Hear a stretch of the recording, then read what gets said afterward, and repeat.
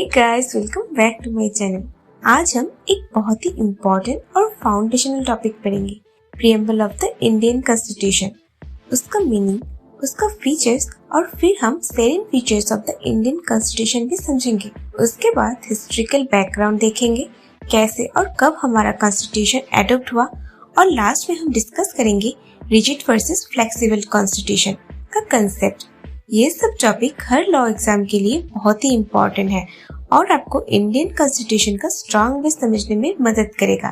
तो चलिए बिना किसी टाइम वेस्ट के वीडियो स्टार्ट करते हैं। सबसे पहले बात करते हैं प्रीएम्बल की।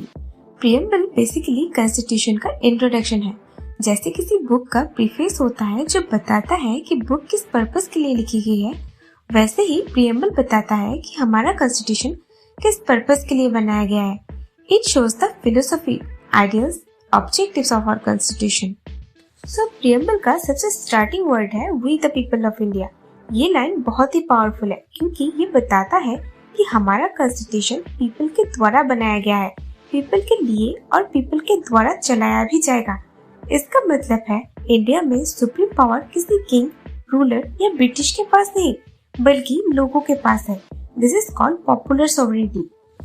सो प्रीएम्बल बेसिकली एक मिरर है जिसमें हम पूरे कॉन्स्टिट्यूशन का स्पिरिट देख सकते हैं। ये बताता है कि इंडिया किस तरह का नेशन बनाना चाहता है, एक ऐसा नेशन जहां जस्टिस, लिबर्टी, इक्वलिटी और फ्रेटर्निटी सबको मिल सके। तो चलिए सबको हम एक एक करके समझते हैं। जैसे कि जस्टिस का मतलब है हर सिटीजन के साथ फेयर ट्रीटमेंट, जैसे सोशल, इकोनॉमिक और पॉलिटिकल जस्टिस। अब आते हैं लिबर्टी पे। लिबर्टी का मतलब होता है freedom of thought, expression, belief, faith and worship. Equality का मतलब है सबके लिए इक्वल स्टेटस और अपॉर्चुनिटी। अब आते हैं सबसे लास्ट फ्रेटर्निटी। फ्रेटर्निटी का मतलब है भाईचारा, जिससे हम एक यूनाइटेड नेशन बनाए रखें। सुप्रीम कोर्ट ने Kesavananda Bharati versus state of Kerala के केस में ये कहा था कि प्रीएम्बल कॉन्स्टिट्यूशन का एक इंटीग्रल पार्ट है और ये हमें बताता है कि कॉन्स्टिट्यूशन का बेसिक स्ट्रक्चर क्या है। सो हमारे कॉन्स्टिट्यूशन के प्रीएम्बल में ये लिखा है कि इंडिया एक sovereign, socialist, secular, democratic and Republic state है। चलिए मैं आपको एक एक करके और भी क्लियर करके समझाती हूँ। जैसे कि सोवरेन का मतलब है इंडिया पूरी तरह से इंडिपेंडेंट है, कोई फॉरेन पावर हमारे इंटरनल मैटर्स पे इंटरफेयर नहीं कर सकती। अब आते हैं सोशलिस्ट पे। सोशलिस्ट का मतलब है स्टेट ऐसी पॉलिसीज बनाएगी जिससे रिच और पुअर के बीच गैप कम हो और social as well as economic equality promote हो। अब आते हैं सेकुलर का मतलब है स्टेट सभी रिलीजन को इक्वल रिस्पेक्ट देती है, कोई ऑफिशियल लैंग्वेज नहीं है। डेमोक्रेटिक का मतलब है लोग अपने रिप्रेजेंटेटिव को चूज कर सकते हैं, और रिपब्लिक का मतलब है हमारा हेड ऑफ द स्टेट यानी प्रेसिडेंट इलेक्टेड है, ना कि हेरिडेटरी किंग। तो चलिए अब हम मूव करते हैं अपने नेक्स्ट टॉपिक पर, जो है salient features of the Indian constitution. Salient features basically वो इम्पोर्टेंट कैरेक्टरिस्टिक्स है जो हमारे कॉन्स्टिट्यूशन को यूनिक बनाती है।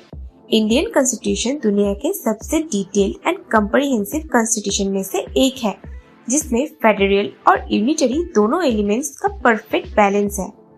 सो गाइस, हमारा इंडियन कॉन्स्टिट्यूशन दुनिया के सबसे लेंथी रिटन कॉन्स्टिट्यूशन है। जब 1949 में ये एडॉप्ट हुई तब इसमें 395 आर्टिकल्स और 8 शेड्यूल्स थे। आज इसमें 450 से ज्यादा आर्टिकल्स और 12 शेड्यूल है। ये इतनी डिटेल इसीलिए बनाई गई क्योंकि इंडिया एक डाइवर्स कंट्री है। लैंग्वेज, रिलीजियंस, रीजन्स और सोशल कस्टम सब अलग है। सो फ्रेमर्स ने सोचा कि इंडिया के कॉन्स्टिट्यूशन में हर एक छोटी बड़ी चीज लिखी दी जाए ताकि फ्यूचर में कंफ्यूजन ना हो। सो गाइस, जैसे कि हम जानते हैं इंडिया एक फेडरल कंट्री है। चलिए अब थोड़ा पार्लियामेंट्री सिस्टम पे नजर डालते हैं। जैसा कि हम सबको पता है इंडिया ने ब्रिटिश मॉडल एडॉप्ट किया, पार्लियामेंट्री फॉर्म ऑफ गवर्नमेंट। इस सिस्टम में real power council of minister के पास होती है जो प्राइम मिनिस्टर के लीडरशिप में काम करते हैं, लेकिन वो लोग डायरेक्टली लोकसभा के अकाउंटेबल होते हैं। अगर लोकसभा उन पर कॉन्फिडेंस लॉस कर दे तो उन्हें रिजाइन करना पड़ता है, यानी एग्जीक्यूटिव लेजिस्लेचर के कंट्रोल में रहता है, जिससे डेमोक्रेसी फंक्शनल बनती है। सो अब बात करते हैं fundamental rights and directive principles की। सो स्टूडेंट, ये टॉपिक हम बाद में डिटेल में समझेंगे, अभी थोड़ा शॉर्टकट समझ लेते हैं। जैसे कि आपको पता है, इंडियन कॉन्स्टिट्यूशन का कोर पार्ट है फंडामेंटल राइट्स। ये हर सिटीजन को सर्टेन फ्रीडम और प्रोटेक्शन देते हैं, जैसे right to equality, right to freedom, right to life etcetera.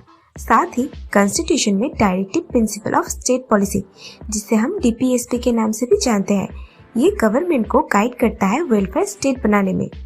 Supreme Court ने mills versus union of India के केस में कहा था कि फंडामेंटल राइट्स और DPSP दोनों एक दूसरे को कम्प्लीमेंट्री है। एक सिटीजन को प्रोटेक्ट करता है और दूसरा स्टेट को डायरेक्शन देता है।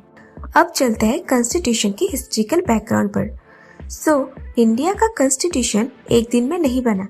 इसके पीछे ब्रिटिश रूल के टाइम से लेकर इंडिपेंडेंस तक का लॉन्ग प्रोसेस है। 1946 में कॉन्स्टिट्यूएंट असेंबली बनी थी अंडर कैबिनेट मिशन प्लान, जिसमें 389 मेंबर्स थे। ये मेंबर्स अलग अलग प्रोविंसेस और प्रिंसली स्टेट से आए थे। इस असेंबली ने लगभग 2 साल 11 महीने और 18 दिन लगाया कॉन्स्टिट्यूशन बनाने में। Doctor B.R. अम्बेडकर इस प्रोसेस के मेन आर्किटेक्ट थे। उन्होंने कहा था, एक constitution is a good as the people who implement it, यानी हमारा कॉन्स्टिट्यूशन तभी सक्सेसफुल होगा जब उसके आइडियल्स को सिंसियरली फॉलो करेंगे। इंडिया के कॉन्स्टिट्यूशन को 26 नवंबर 1949 को अडॉप्ट किया गया, लेकिन ये 26 जनवरी 1950 को एनफोर्स हुआ। 26 जनवरी डेट इसीलिए चूज किया गया क्योंकि इसी दिन 1930 में इंडियन नेशनल कांग्रेस ने पुराना स्वराज यानी कंप्लीट इंडिपेंडेंस का डिक्लेरेशन किया था। 1950 में जब कॉन्स्टिट्यूशन लागू हुआ, तब इंडिया ऑफिशियली बन गया सोवरेन डेमोक्रेटिक रिपब्लिक स्टेट।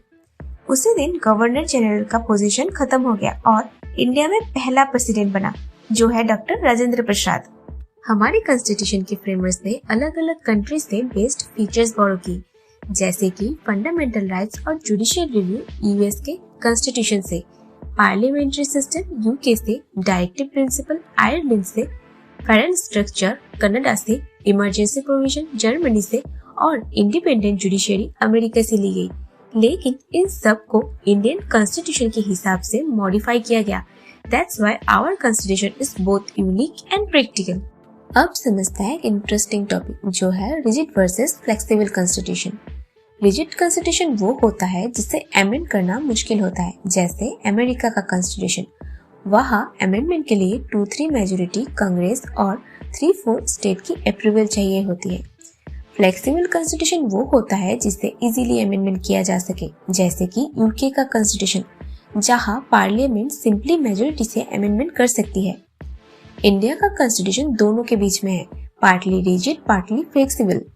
कुछ अमेंडमेंट सिंपल मेजोरिटी से हो जाते हैं, जैसे सिटीजनशिप, पार्लियामेंट प्रोसीड्यूर्स, लेकिन कुछ के लिए स्पेशल मेजोरिटी यानी स्टेट रेटिफिकेशन की भी जरूरत होती है, जैसे फेडरल प्रोविजन। इसीलिए इंडिया का कॉन्स्टिट्यूशन एक लिविंग डॉक्यूमेंट है, टाइम के साथ बदल भी सकते हैं, लेकिन बेसिक स्ट्रक्चर को चेंज नहीं होने देता। सो गाइस, आज हमने देखा कि प्रीएम्बल हमारे कॉन्स्टिट्यूशन का सोल है, जिसमें इंडिया के आइडियल्स लिखे गए हैं। सेलिएंट फीचर्स हमारे सिस्टम का कैरेक्टर डिफाइन करता है, जैसे कि डेमोक्रेटिक, फेडरल, सेकुलर और डिटेल्ड। हिस्ट्रिकल बैकग्राउंड हमें बताता है कि किस डेडिकेशन से हमारे लीडर्स ने ये कॉन्स्टिट्यूशन बनाया, और रिजिड वर्सेस फ्लेक्सिबल नेचर बताता है कि हमारा कॉन्स्टिट्यूशन स्ट्रांग भी है और एडेप्टेबल भी। इसीलिए इंडिया का कॉन्स्टिट्यूशन दुनिया का मोस्ट डायनेमिक कॉन्स्टिट्यूशन में से एक है। सो गाइस, इसी तरह हम अपने इंडियन कॉन्स्टिट्यूशन का सारा इम्पोर्टेंट टॉपिक धीरे धीरे डिटेल में समझेंगे अपने नेक्स्ट वीडियो में। तो अगर आपको ये वीडियो अच्छा लगा हो तो लाइक, कमेंट, सब्सक्राइब और शेयर जरूर कर दीजिएगा। तो चलिए मिलते हैं अगले वीडियो में। Thank you for watching.